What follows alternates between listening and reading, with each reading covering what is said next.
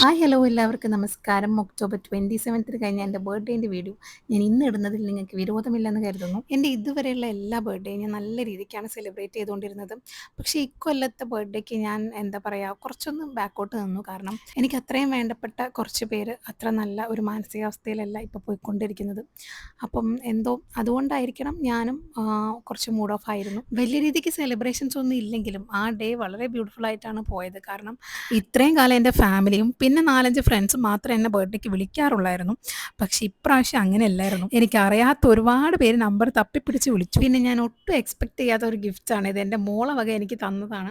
എൻ്റെ കുട്ടി ഇത്രയും വലുതായെന്ന് ഞാൻ അറിഞ്ഞില്ല. പിന്നെ ഒരു ലോഡ് ഗിഫ്റ്റ് എനിക്ക് കിട്ടിയിട്ടുണ്ടായിരുന്നു. അതെല്ലാം ഞാൻ എൻ്റെ വ്ലോഗിൽ ഉൾപ്പെടുത്താം. പിള്ളേരെ വക ഇങ്ങനെ ഒരു സർപ്രൈസ് ഞാൻ എക്സ്പെക്റ്റ് ചെയ്തിരുന്നു. പക്ഷേ ഇവളെ ഞാൻ ഒട്ടും എക്സ്പെക്റ്റ് ചെയ്തിട്ടില്ലായിരുന്നു. അങ്ങനെ ഈവനിങ് എല്ലാവരും കൂടെ ഒന്ന് പുറത്ത് പോയി ഒരു ചെറിയ കേക്ക് കട്ടിങ് നടത്തി ഫുഡ് കഴിച്ചു വീട്ടിലേക്ക് തിരിച്ചു പോയി. അപ്പോൾ ഇതാണ് ഈ കൊല്ലത്തെ എൻ്റെ ഹാപ്പി ബർത്ത്ഡേ.